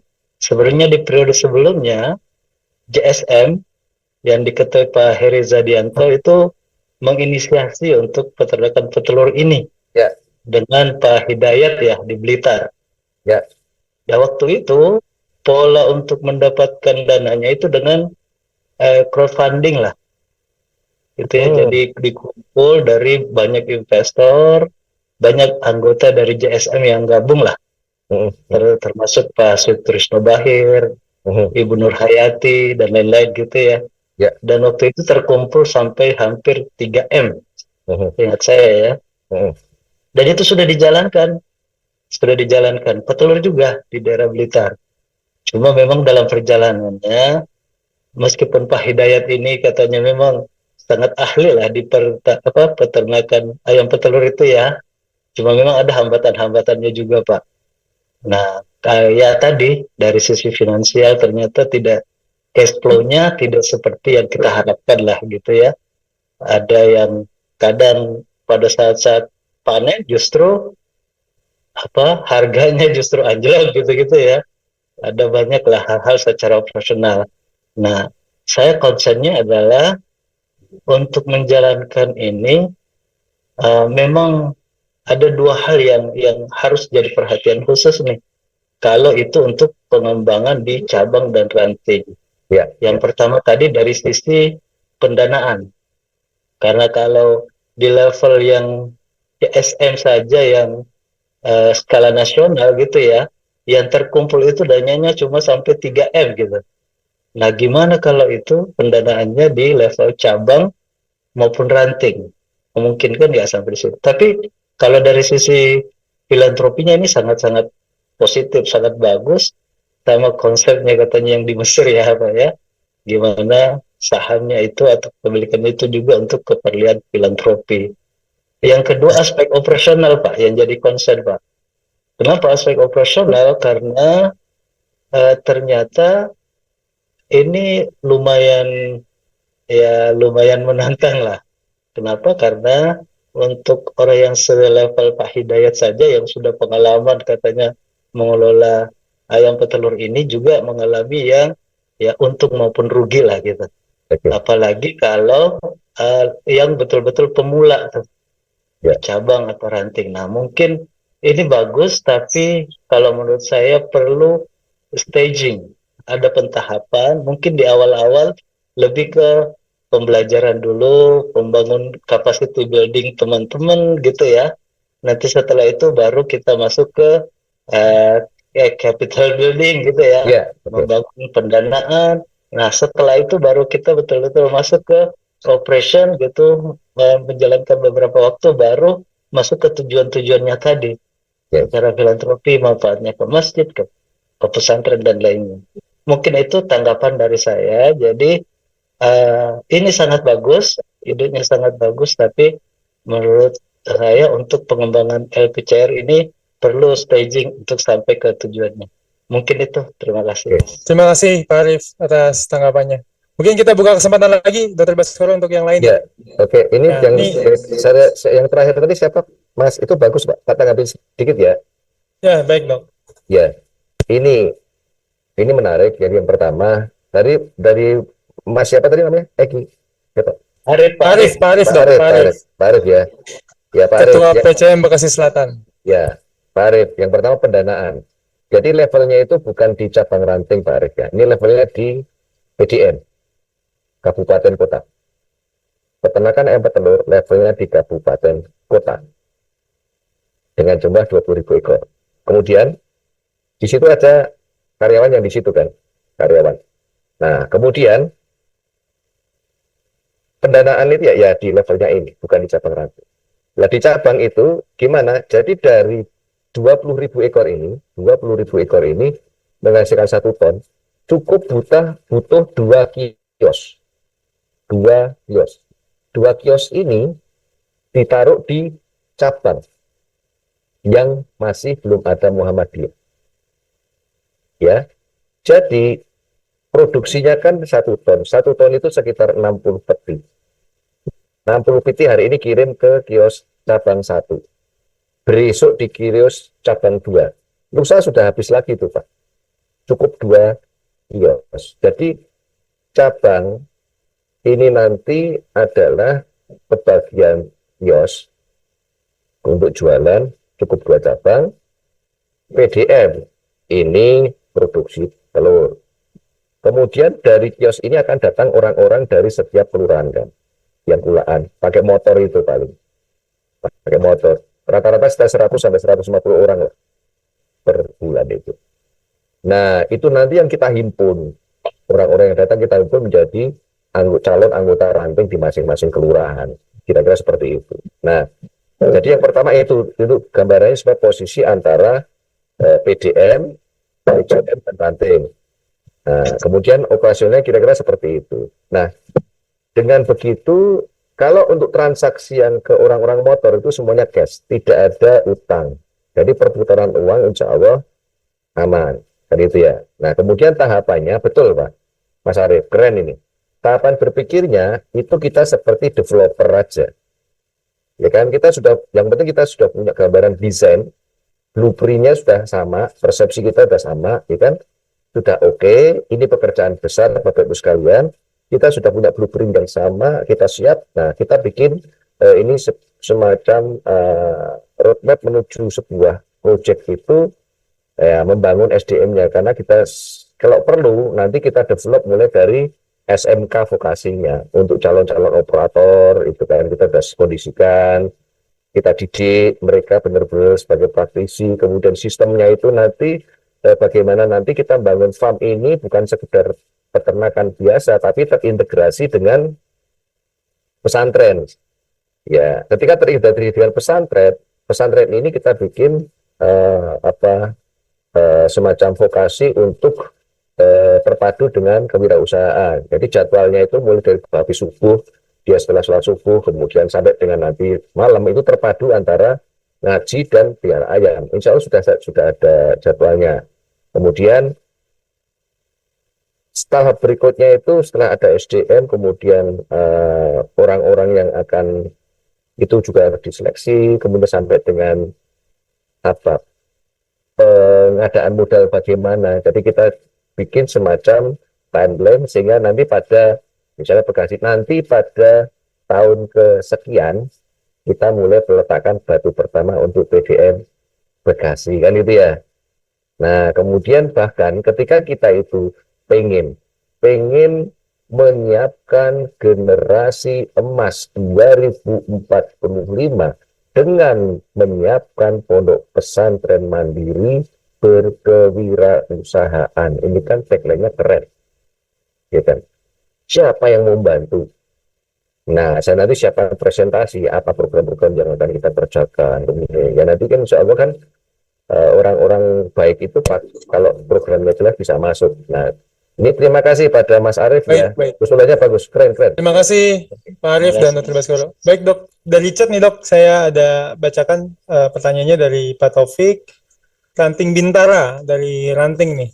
Strategi seperti apa Dok ketika kita mau memulai usaha tapi yang lain sudah lama buka peternakan ayam dan telur dan sudah berjalan bagus bahkan menjadi tumpukan rezeki warga sekitar tempat kita tinggal. Oke, makasih. Ya, jadi strategi apa yang harus kita lakukan? Ya, satu, kita peternakan ayam petelur yang kita miliki ini harus menggunakan pemikiran yang langsung ke depan, langsung pada konstelasi One Herd. Apa itu One Health? Jadi kita itu harus bisa memproduksi telur dengan standar yang menghasilkan telur yang aman, sehat, butuh halal, bebas residu antibiotik. Nanti dengan pola holistik itu dan saya insya Allah itu satu ya. Kemudian telurnya sudah dihasilkan. Nah kemudian bagaimana pemasarannya kan gitu ya. Pemasarannya tidak melalui tengkulak. Saya yakin dari yang Blitar itu lewat tengkulak Pak. Dari yang Magelang atau dari mana itu jarang yang gitu. Nah kita nanti langsung aja punya satu peternakan petelur sekaligus buka 2 kios atau 3 kios, selesai kita jual sendiri langsung, tidak lewat siapa-siapa, sehingga kita mempunyai satu selisih fakta di lapangan. Kita bisa selisih Rp500 lebih murah dari agen besar gitu ya. Nah ya kemudian itu untuk strateginya gitu supaya bisa bersaing. Kemudian yang tidak boleh lupa, timbangan harus kita bikin akur, ya kan, kualitas telur harus bagus, harganya update. 3 ini yang akan menjadi peluang buat kita di saat mereka suka nyuri timbangan misalkan. Jadi ini dengan menjalankan karakter Rasulullah, sidik, amanah, tablik, fatonah, itulah peluang kita untuk memenangkan kompetisi. Itu Dok. Biasa, luar biasa, Masya Allah. Terima kasih Dok atas jawabannya. Dok, ini ada tanggapan dari Pak Herdi Jayakusuma, PCM Bekasi Selatan. Ini ada lahan Dok, 4.800 meter persegi di Sukabumi. Apakah berapa sih Dok kira-kira minimal lahan yang kita butuhkan ya Dok untuk seminimal mungkin untuk bisa berjalan? Oke. Kalau gini, kalau 4.800 kurang lebih setengah hektar itu kurang lebih kita bisa biara 5.000 ekor. Ya, 5.000 ekor itu resikonya, itu sepertanyaannya itu kalau untuk gaji karyawan itu kurang lebih 3.500 sampai 4.000 ya. Kalau untuk 4.500 ya pas-pasan. Artinya itu pas-pasan ya juragannya cuma dapat sedikit lah, itu enggak dapat banyak gitu kan. Nah ini 4.500 kalau untuk di sana. Tetapi kalau mau produksi kemudian sekalian jual itu juga akan lebih baik. Tapi harus dipahamkan itu kalau untuk 4.000 atau 5.000 itu biasanya untuk akses untuk ke beli pakan biasanya agak susah. Pasti belinya di poultry shop, yang toko-toko itu harganya selain tinggi, kualitas barangnya tidak bisa dipertanggungjawabkan karena untuk retail. Ini yang membedakan. Jadi kenapa kita terus besar? Karena supaya kita itu punya negosiasi yang bagus dengan pabrik pakan. Jadi mungkin nanti bisa ditempelkan dengan peternak yang sudah saya kenal, umpamanya kayak gitu. Jadi pakai DU kita gitu, kira-kira gitu ya. Nah, gitu. Berarti idealnya minimal berapa meter ya Dok? Berapa luasnya Dok untuk yang ideal gitu? Ideal itu sebenarnya kalau untuk petelur itu paling tidak kita punya 2 hektar. 2 hektar los, 2 hektar kosong, 1 hektar diisi. Gitu. Supaya nanti kita bisa bikin space-space yang longgar, tinggi. Kalau dipadatkan bisa, tapi nanti biasanya jangka panjangnya kurang bagus Dok Fahri. Karena kita harus bikin jarak antar kandang 1 kandang gitu kan. Itu. Ya sementara gitu. Baik. Terima kasih Dr. Baskoro. Mungkin dari Bapak Ibu, dari Aisyah mungkin ada yang mau bertanya? Atau yang lainnya? Pak Zainal ya? Silahkan Pak Zainal. Dari Pondok Gede ya? Pak Zainal ya? Silakan Pak, memperkenalkan diri terlebih dahulu Pak. Ya, Assalamualaikum warahmatullahi wabarakatuh. Waalaikumsalam warahmatullahi wabarakatuh. Perkenalkan, saya namanya pendek Zainal dari PCM Pondok Gede. Terima kasih Pak Dr. Baskoro dan Pak Dr. Fahri, Pak Zarul dan Ibu Rini dan teman-teman yang lain. Pertama, terima kasih Pak Baskoro. Konsep dalam pemberdayaan ekonomi awalnya saya pikir tadi sama dengan yang pertanyaan awal. Saya pikir untuk perorangan individual, ternyata konsep adalah PDM. Sebenarnya sama tadi cerita, ada adik saya, adik istri. Kalau tadi kan di Gunung Kidul, saya sebelahnya Pak di daerah Gajah Mungkur, sama rupanya. Oh, Case-nya itu kan sama, itu daerahnya sama lah. Gunung Kidul, Gajah Mungkur, Wonogiri itu kan sama. Wonogiri, Pacimanto, Daerahnya, ya. Sebelum. Maksud saya Pak, tadi saya ada mandiri sama kemitraan. Kebetulan adik saya kemitraan. Saya tidak akan cerita, tapi sama ya, case yang diturunkan oleh Bu Rini tadi, hampir semua yang ada di sana itu mangkrak, Pak. Jadi ininya kandangnya mangkrak, karena mungkin pertama kau kurang pengalaman, dan ya mungkin tadi, ini kan ibaratnya kalau konsep Bapak ini kan gajah sama gajah, Pak. Artinya, maksud saya tadi ada pemodal pun harus selektif. Mohon maaf, saya latar belakang dari perbankan, Pak. Mungkin ini. Kenapa saya mohon maaf minta waktu? Dengan modal yang tadi ceritakan saja, kalau kecil, maka ya tidak akan mencukupi cost-nya, benefitnya tidak nyambung. Cuman mohon maaf nih Pak, kalau ini konsep dasarnya, alhamdulillah saya sedikit baca ini ya Pak, ada beberapa bacaan yang dari PP Pak. Ini ada ya. Itu lembaga pengembangan dari strategisnya dan seterusnya. Belum semua saya baca, tapi kurang lebihnya konsep Bapak sudah diutarakan sebagian besar. Cuman saya menggarisbawahi Pak, kalau Bapak, mohon maaf nih, Bapak latar belakangnya adalah dokter hewan dan sudah lama menggeluti itu, oleh karena itu A sampai Z-nya paham tuh terhadap masalah peternakan ayam. Cuman kalau konsepnya adalah untuk filantropi mengembangkan ekonomi daerah PDM, maksud saya, kalau disamaratakan, kemudian diseragamkan, wilayah itu kan tidak sama, Pak. Anggaplah kalau cocok Bapak mungkin di Pulau Jawa lah, mungkin masih equal, bisa jalan. Tetapi kalau di Indonesia Timur, produknya misalnya ada kopi, ada mete, ada kopra, dan sebagainya, kan pasti supply and demand-nya tidak nyambung, Pak. Itu oleh karena itu konsep dasarnya, ya saya sependapat dengan Bapak. Cuman kalau diseragamkan ini yang maksud saya perlu pemahaman yang perlu dijelaskan, karena nanti semua yang seragam itu tidak selalu menghasilkan. Itu mohon maaf Pak nih, ini konsep dasar. Bagus ya. Pak. Ya, jadi mohon maaf, di samping konsep dasar Bapak tadi memang pengembangan ekonomi dalam cabang ranting itu memang hukumnya wajib, harus, have to, dan itu oleh karena itu mungkin sebagai elaborasi tolong disesuaikan dengan kondisi supply and demand-nya di daerah masing-masing. Yang penting adalah tadi memberikan kontribusi kepada kemuhammadian dan memberikan manfaat kepada umat, khususnya anggota Muhammadiyah. Ini mohon maaf Pak, karena saya juga tadi saya bilang latar belakangnya mungkin berbeda dengan Bapak.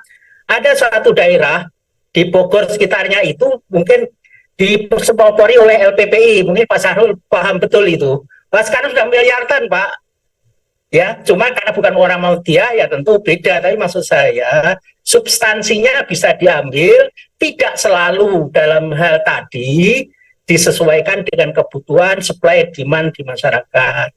Saya mohon maaf Pak kalau Bapak kurang berkenan, cuman ini terbuka aja Pak, saya kurang lebih ya mohon dimaafkan. Billahi taufiq wal hidayah. Wassalamualaikum warahmatullahi wabarakatuh. Waalaikumsalam warahmatullahi wabarakatuh. Terima kasih Pak Zainal atas tanggapannya. Silakan Dr. Baskoro. Alhamdulillah, terima kasih Pak Zainal, ada masukan yang bagus itu ya.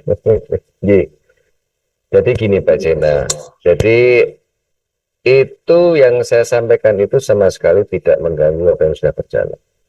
Yang kita obrolkan itu ada sumber di antara sumber protein hewan yang dibutuhkan masyarakat untuk mengatasi stunting anak yang sedang mengancam, apalagi nanti di kondisi pandemi ke depan. Itu dari semua pilihan itu yang paling terjangkau oleh masyarakat itu telur, Pak. Bukan daging sapi, maaf, bukan daging bebek, atau bukan kambing karena harganya itu paling murah itu ya telur, gitu loh. Jadi kenapa kita mau capek-capek? Karena masyarakat itu, terutama yang masyarakat marginal, itu mungkin kejangkauannya telur. Jadi kita berpikir agar bagaimana kita bisa menyediakan sumber protein hewani yang terjangkau oleh masyarakat, harganya murah, gampang diolahnya, gitu Pak Jena. Lajeng yang produksi kopi ya tetap kopi. Nanti kita juga sometimes saya akan mengobrolkan soal kopi nih. Ya, ini kita ngobrolkan bagaimana potensi sumber protein hewani yang kemarin pada saat krisis itu, pada saat pandemi COVID, pada saat kita nggak bisa kemana-mana, itu menjadi andalan setiap rumah tangga agar masih ada lauknya, nyetok telur. Nah ini kan berarti kalau pada saat pandemi saja masih bagus, berarti kan kira-kira sustainability-nya itu bagus kan, keberlangsungan itu bagus gitu. Jadi tentu saja yang disampaikan Pak Jainal ya benar gitu kan, benar. Makanya obrolan ini kita sampaikan bagaimana nih gitu kan, peluangnya bagaimana. Karena kalau kita hitung dari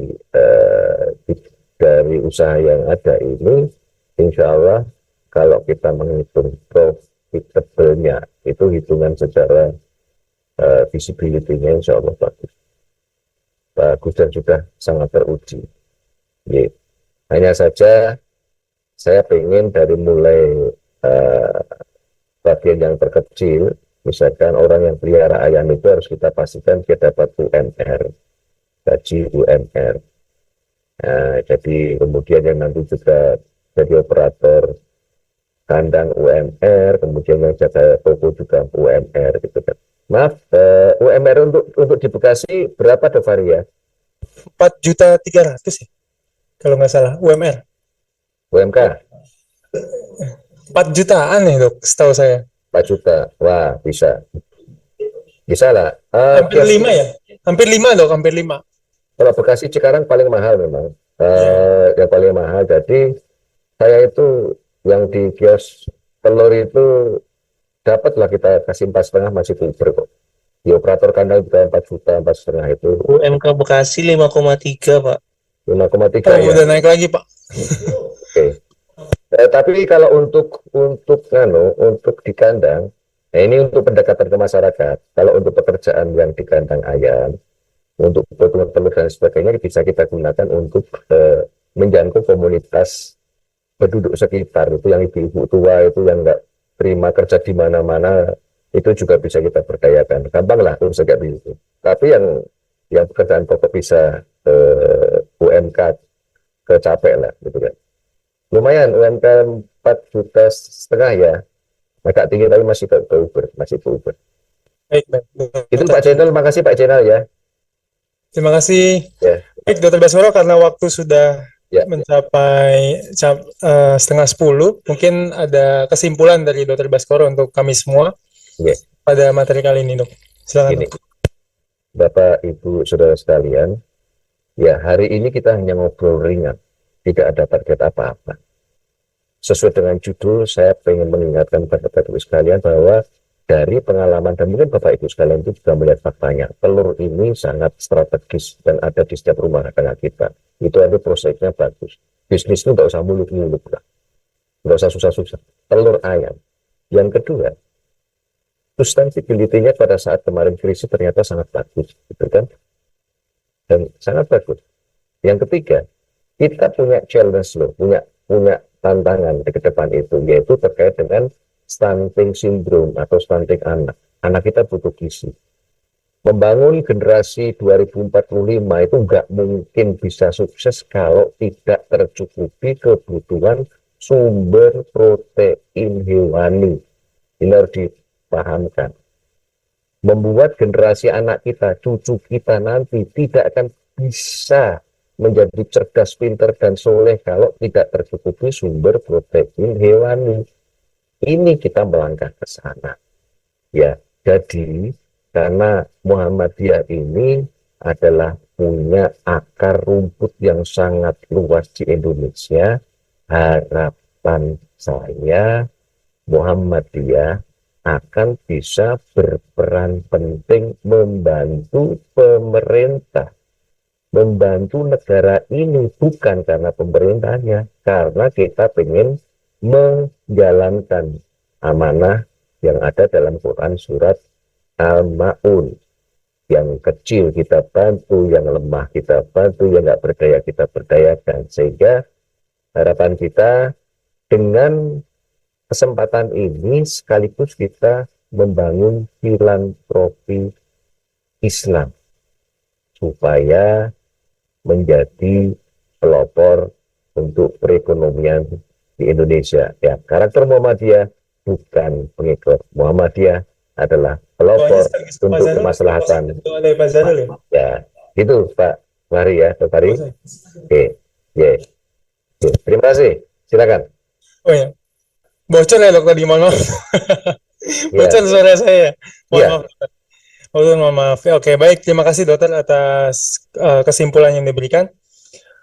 Kepada Ayahanda, Ketua PDM, Pak Zahrul, untuk memberikan closing statement pada acara malam hari ini. Baik, terima kasih Dr. Baskoro. Mungkin foto bersama ya Pak Zahrul ya. Terima kasih Dr. Baskoro dan juga Adina Rini Sucianti. Sudah off nih ya, yang sudah memberikan pengalamannya, dan saya pikir sangat bermanfaat pada malam ini. Terima kasih sekali lagi saya sampaikan ke Dr. Baskoro dan Dr. Fahri yang telah menginisiasi. Memang kalau Muhammadiyah harus membantu pemerintah itu sebetulnya pemerintah sudah membantu, terutama di sisi pendidikan, ya, pendidikannya, kesehatan juga. Jadi memang PTN sendiri sudah 170, sedangkan PTN itu kan cuma 180. Artinya tanpa anggaran RAPBN kita sudah bisa jalan. Dan UKT juga kalau bisa pakai membayar pakai hasil bumi juga bisa, tidak harus naik lagi. Itu salah satu. Nah, sehingga memang ide ini bagus memang, tapi hanya dari sisi kacamata PDM yang sekarang sedang memfokuskan pada pembenahan tata kelola dokter ya, terutama di sisi awamnya, dari tata kelola desentralisasi. Memang mungkin tahapan ini menjadi mungkin tahapan prioritas yang beberapa kali ya untuk ide yang Pak Dokter sampaikan ini. Samping itu juga kita lagi sedang menaikkan branding nama Muhammadiyah dengan akan merapikan lapangan perguruan Muhammadiyah yang ada di Kiai Mangosegoro, dan sebentar lagi kita akan segera bangun. Di sini ada Pak desainer kita, Pak Heri. Tukang insinyur kita, Pak Heri Karim, Pak insinyur yang akan membangun. Tapi insya Allah ini bagian daripada yang sangat bermanfaat ya, dan mudah-mudahan nanti kita bisa ketemu lagi, karena tentunya saya akan selalu mendorong adanya ide-ide inisiatif yang baru lah. Itu Dr. Baskoro, Dinda Rini Suyanti, terima kasih banyak juga sama Dr. Fahri, ini Pak Heri Karim, terima kasih. Saya tutup dengan billahi taufiq hidayah.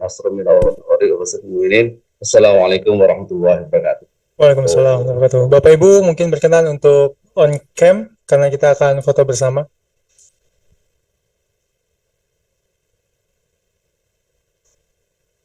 Akan dipandu oleh Mas Salman.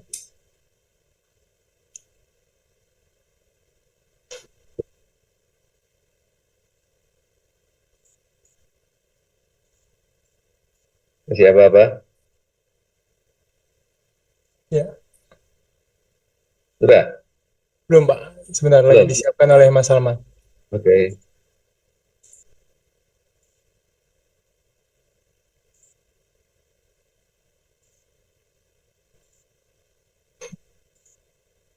Silakan Mas Salman.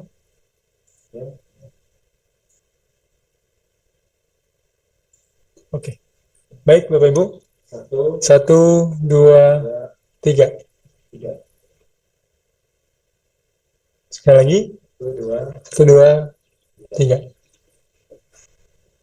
Cukup? Oke, siap. Alhamdulillah, Rabbil Alamin. Terima kasih Bapak Ibu semuanya sudah hadir. Karena sudah ditutup oleh Pak Zarul, semoga di kesempatan selanjutnya kita bisa silaturahmi lagi dengan kajian-kajian yang menarik juga. Assalamualaikum warahmatullahi wabarakatuh. Selamat istirahat Bapak Ibu semuanya. Mohon maaf bila ada kekurangan. Waalaikumsalam. Assalamualaikum. Waalaikumsalam. Terima kasih.